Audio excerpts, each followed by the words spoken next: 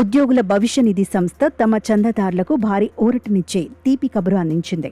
2025-26 ఆర్థిక సంవత్సరానికి సంబంధించిన వార్షిక వడ్డీని మరో వారం రోజుల్లోనే ఉద్యోగుల ఖాతాల్లో జమ చేయనున్నట్లు అధికారికంగా ప్రకటించింది.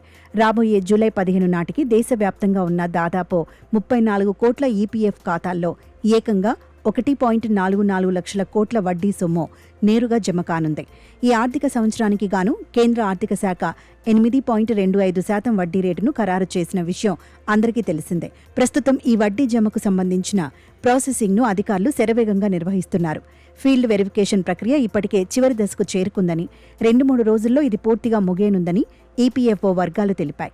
గతంలో వార్షిక వడ్డీ ప్రకటన వచ్చిన కొన్ని నెలల తర్వాత, అంటే సాధారణంగా సెప్టెంబర్ లేదా అక్టోబర్ నెలల్లో ఖాతాల్లో డబ్బులు జమ అయ్యేవి. అయితే ఈసారి సరికొత్త ఆటోమేటెడ్ వ్యవస్థను అందుబాటులోకి తేవటం వల్ల ప్రాసెసింగ్ సమయం భారీగా తగ్గిందని కేంద్ర కార్మిక శాఖ మంత్రి మన్సుఖ్ మాండవీయ స్పష్టం చేశారు.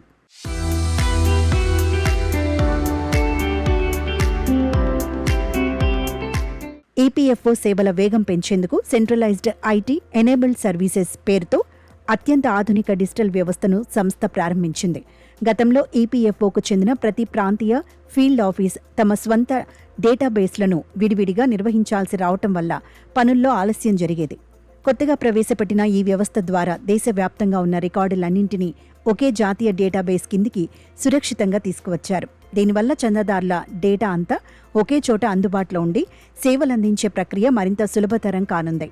ఇకపై దేశంలోని ఏ మూలలో ఉన్న ఈపీఎఫ్ఓ ఆఫీస్ నుంచైనా చందాదారుల దరఖాస్తులను, క్లెయిమ్లను వేగంగా ప్రాసెస్ చేసే వెసులుబాటు కలిగింది.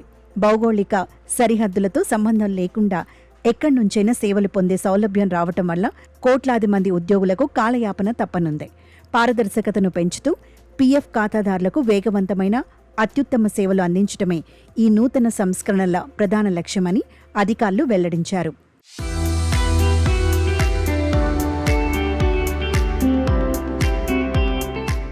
చందాదారులకు సేవలను మరింత సులభతరం చేసేందుకు ఈపీఎఫ్ఓ మరొక కీలక నిర్ణయం తీసుకుంటూ యూనిఫైడ్ మెంబర్ పోర్టల్ను అందుబాటులోకి తెచ్చింది.